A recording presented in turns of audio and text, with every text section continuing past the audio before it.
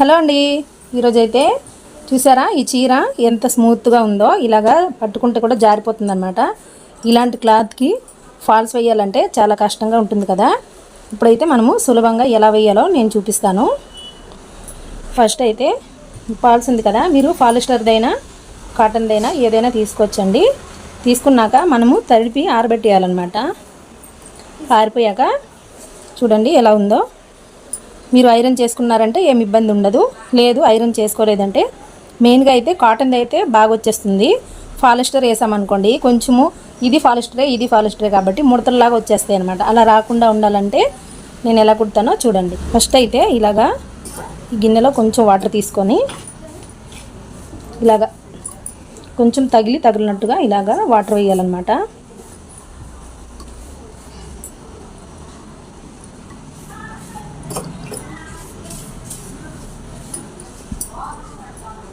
ఎక్కువ తడపొద్దు, లైట్గా.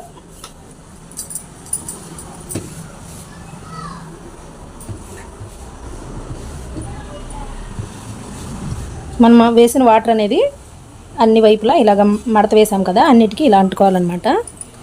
అంటినప్పుడు మనకి కాటన్ లైనింగ్ లాగా కొంచెం బరువు వస్తుంది. ఇది ఇలా చూడండి, మనం ఐరన్ చేసినట్టే బరువుగా వస్తుంది.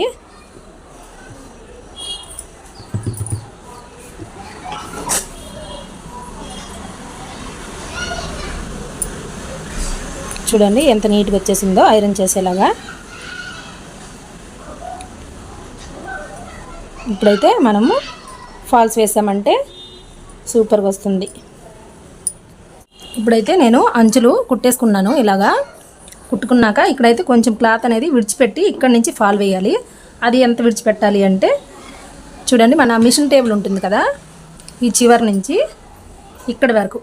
అంటే మిషన్ టేబుల్ అంటే ఇంక ఇక్కడి వరకు కాదు, ఈ మిషన్ ఉంది కదా మనకి, టేబుల్ వరకు కాకుండా ఈ మిషన్ వరకే, ఆ చివరి నుంచి ఇక్కడ వరకు. ఇలా చేసుకుంటే మీకు ఈజీగా ఉంటుంది, మీకు టేప్తో పని లేదు.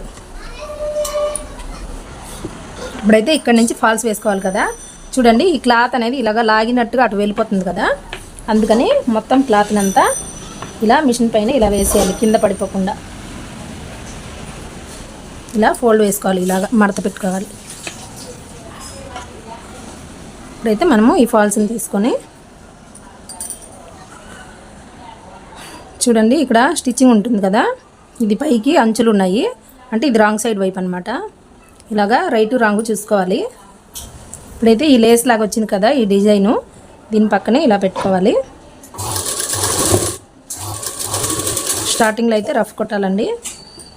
అలాగే కింద పీస్ కానీ పై పీస్ కానీ అసలు లాగకూడదు. ఇలా లాగకుండా మనం కుట్టామంటే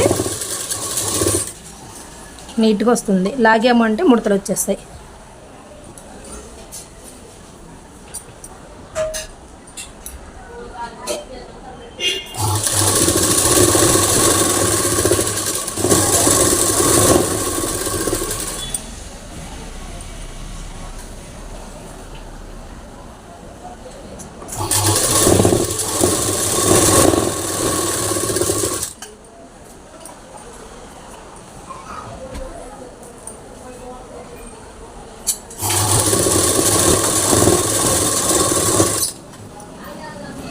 మళ్ళీ ఇది ఇలా సర్దుకోవాలండి.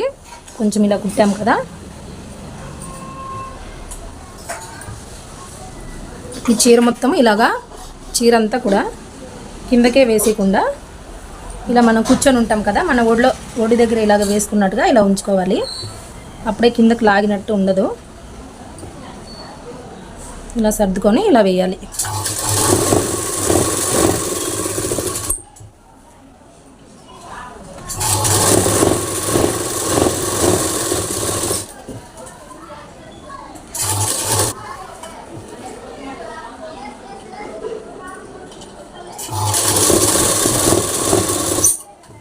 ఈ చివరి వచ్చినప్పుడు ఇలా మడత వేసుకోవాలి.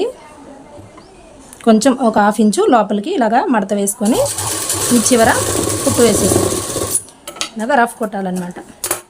ఇలా వేసాం కదా, మనకి ఇటు పక్క మీకు ఎటువంటి పిన్నీసులు కానీ ఏవి పెట్టక్కర్లేదండి. మనము ఇలాగ చేయితోనే కుట్టుకుంటే నీట్గా వచ్చేస్తుంది. మళ్ళీ ఎక్కడైతే స్టార్ట్ చేసామో మళ్ళీ అక్కడి నుంచే మళ్ళీ కుట్టుకుంటూ రావాలి.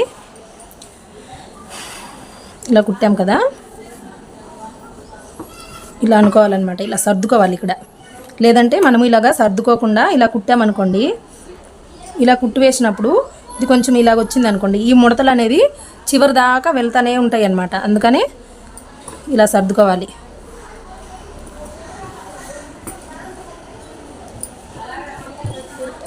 ఇలా సగం నుంచే ఇలాగా సర్దుకుంటూ ఇలా వెళ్ళామంటే మనకి ఈ చివర కరెక్ట్గా వస్తుందన్నమాట.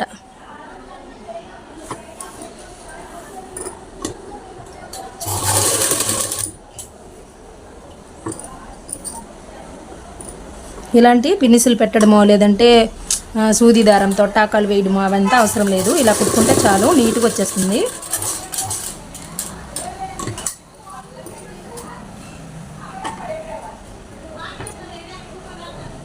ఇప్పుడైతే ఈ కింద పీస్ ఉంది కదా, ఈ పీస్ అనేది లోపల ఇలా ఉండిపోతుంది అనమాట. అందుకని ఇలా సర్దుకోవాలి ఇక్కడ.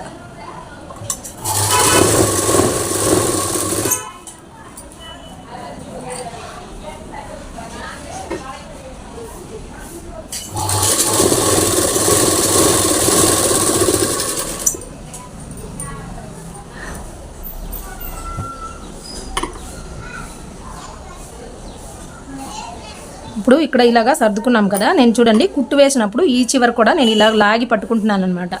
ఇలా లాగి పట్టుకోవడం వల్ల ఎక్కడ లోపల కూడా ముడతలు అనేవి ఉండదు. ఇలా ఇటు లాక్కోవాలి ఇలాగా చీరని, అలాగే ఈ చివర కూడా ఇలా లాగాలి.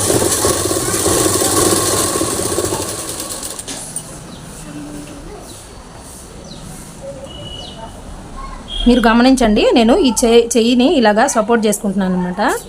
ఇలాగా లాగుతున్నాను. కొంచెం స్టిచ్చింగ్ వేశాక మళ్ళీ ఇక్కడికి తెచ్చి ఇలా పట్టుకుంటున్నాను చెయ్యి.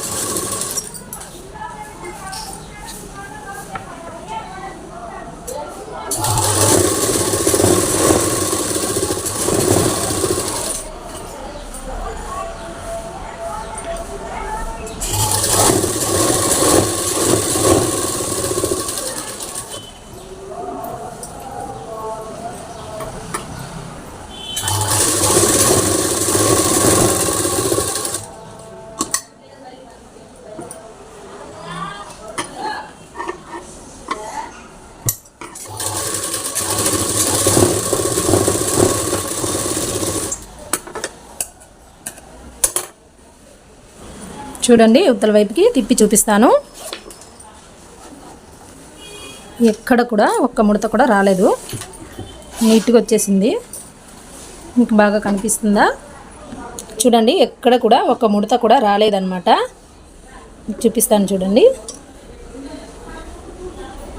చూడండి ఎంత నీట్గా ఉందో. మీరైతే సూపర్గా సక్సెస్ అవుతారు. అంటే కొంతమంది ఓన్లీ ఫాల్సే వేస్తారండి. అలాంటి వాళ్ళకైతే ఈ టిప్స్ బాగా ఉపయోగపడుతుంది. తప్పకుండా నా ఛానల్ని అయితే సబ్స్క్రైబ్ చేసుకోండి, లైక్ చేయండి. మీకు నచ్చితే మీ ఫ్రెండ్స్ ఎవరికైనా షేర్ చేయండి.